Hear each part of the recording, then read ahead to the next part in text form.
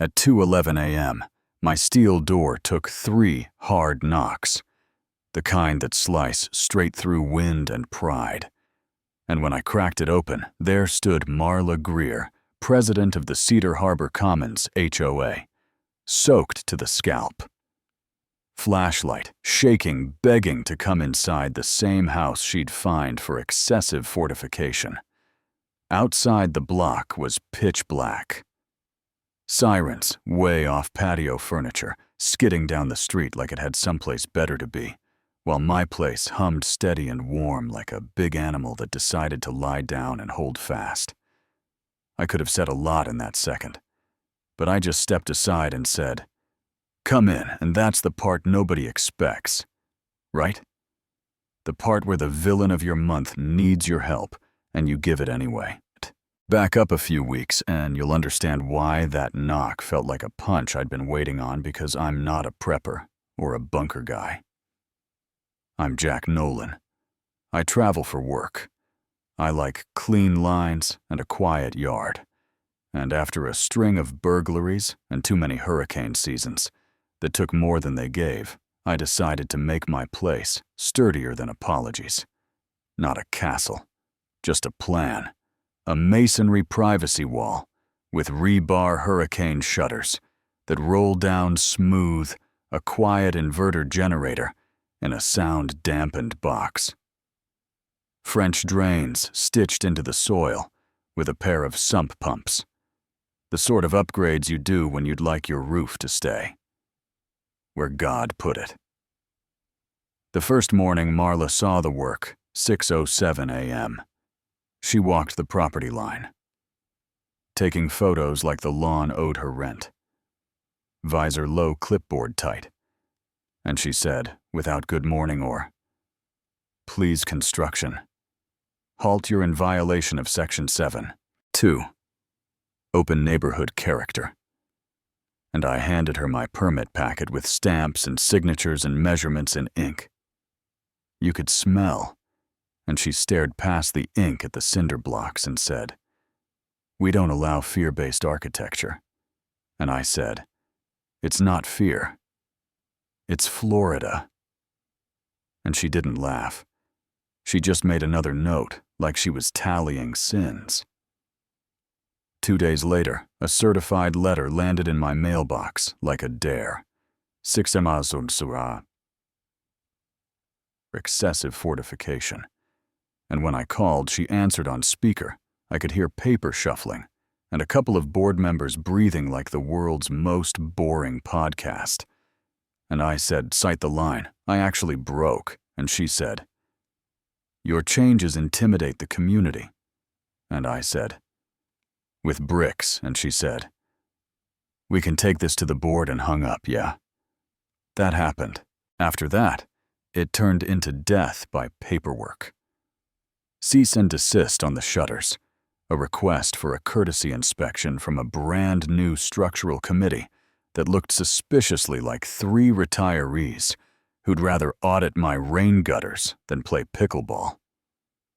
Meanwhile, my neighbor Tessa brought brownies and an eye roll and said, "She's trying to win with forms. You've got permits. You're fine." And for a minute, I believed it. Then the sky went the color of a bruise that hasn't decided what it wants to be, and the forecast jumped from casual to siren.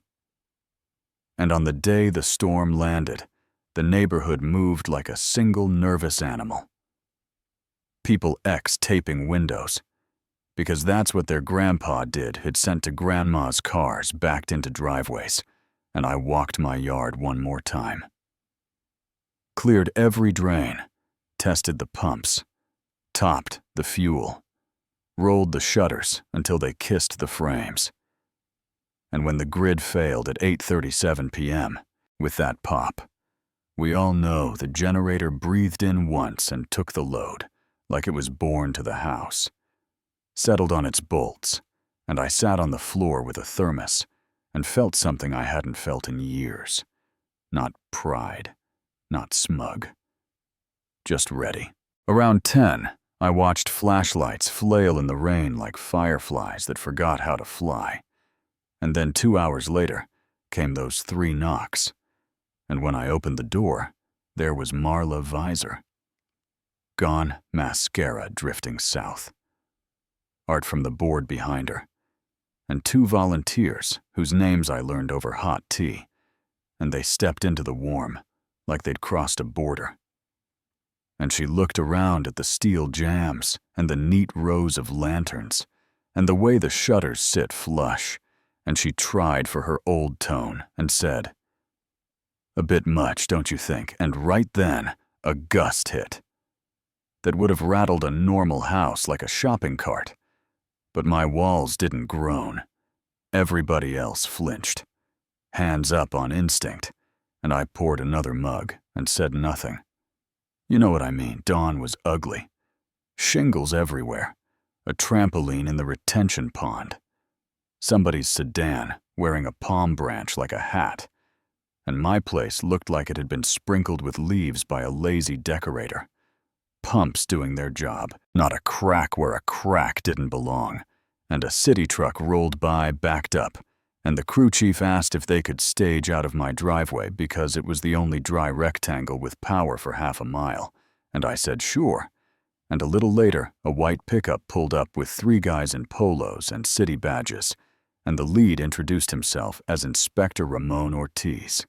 Clipboard, competent, tired. And he said, random security compliance audit. Got a complaint that your improvements might interfere with emergency access and drainage. And between the lines, his eyebrows said, yeah, we know who called. And I walked them through everything. Code lines, permit numbers, slopes, distances. He checked, double-checked. And finally, he tucked his pen behind his ear and said, "This place is safer than some municipal buildings I've visited this month."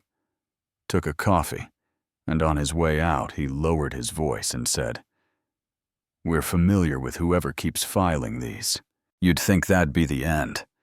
But the thing about people who need control, like oxygen, is they don't exhale." 2 days later, Marla called an emergency HOA meeting and hosted it in my living room because it was the only one large and dry enough to hold 20 people. Picture the president who fined me using my Wi-Fi to coordinate debris removal. Pretending thank you doesn't count as a word under the bylaws. And that afternoon, she emailed a glossy 1-pager titled, "Community Safety Integration, Proposing New Standards Modeled After Recent Successful Examples." My blueprint, her letterhead. Not one mention of my name. Then she rented the recreation hall and ran a forum called The Hidden Dangers of Over-Fortification, with a projector and a bad angle photo of my wall that made it look like a prison. And she paced and said, "This sends the wrong message." And Tessa raised a hand and said, "The message that we're alive." And people chuckled. And a guy in back said, "Didn't you shelter there?" And Marla smiled the way a bridge cable might smile right before it snaps, and moved to the next slide about harmony and uniformity. And the room moved on without her. I decided to stop arguing and start documenting, because when someone loves process, you beat them at process.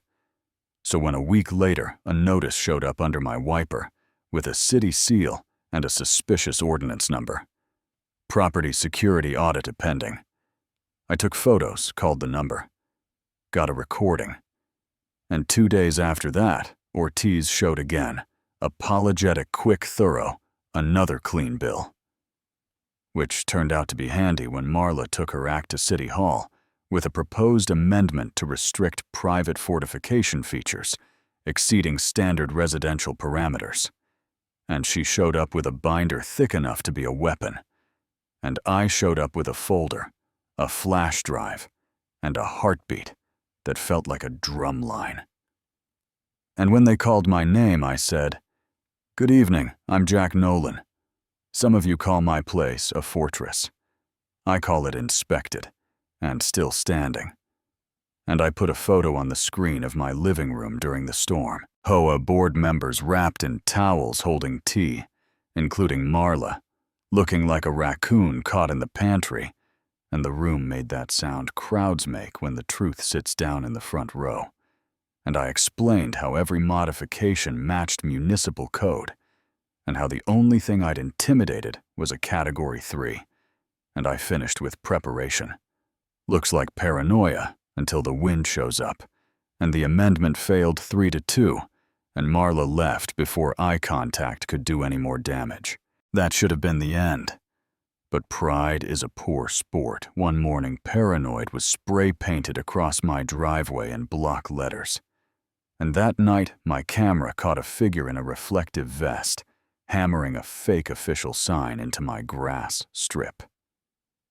Protected zone. Private bunker under investigation. With a crest you can buy online if you type fast enough. And I called the police not to get anybody hauled off, but to draw a line, and an officer shook his head and said, "We've warned her about misusing city imagery," and Tessa posted the footage in our neighborhood group, and the video took off. People edited spooky music, and while the internet was making jokes, the real question started about the HOA emergency fund. Why it hadn't helped anyone with tarps or chainsaw fuel. Why the clubhouse roof had failed fast after a suspiciously expensive replacement.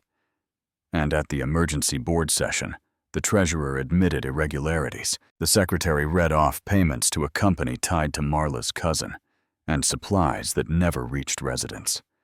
And I raised my hand, walked up with my binder and said, "Submitting documentation of a pattern," and I played the 4K clip of the fake sign, and nobody laughed. Because sometimes silence is a verdict, and the chairwoman said, voice steady and sad. Motion to remove President Marla Greer for cause related to misuse of funds, harassment of residents through fraudulent notices, and breach of fiduciary duty. And the vote was a wave, hands everywhere. Gavel down letter slid across the table, badge unclipped, and Marla looked at me, not furious, just small, like the room had finally found her exact size.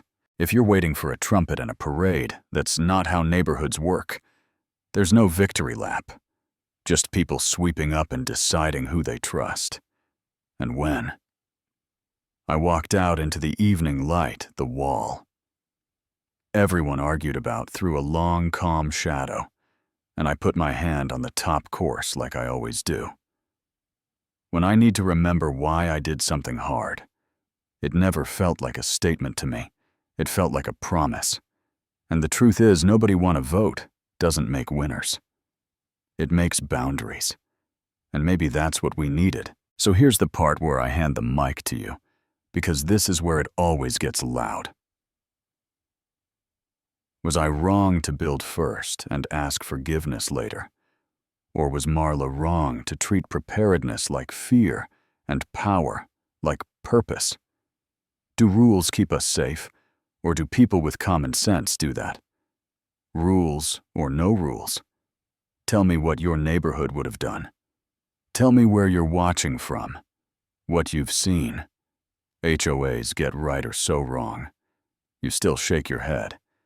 Drop your take in the comments and keep it honest, because when the lights go out and the wind shows up, all we've really got is each other and the doors we decide to open.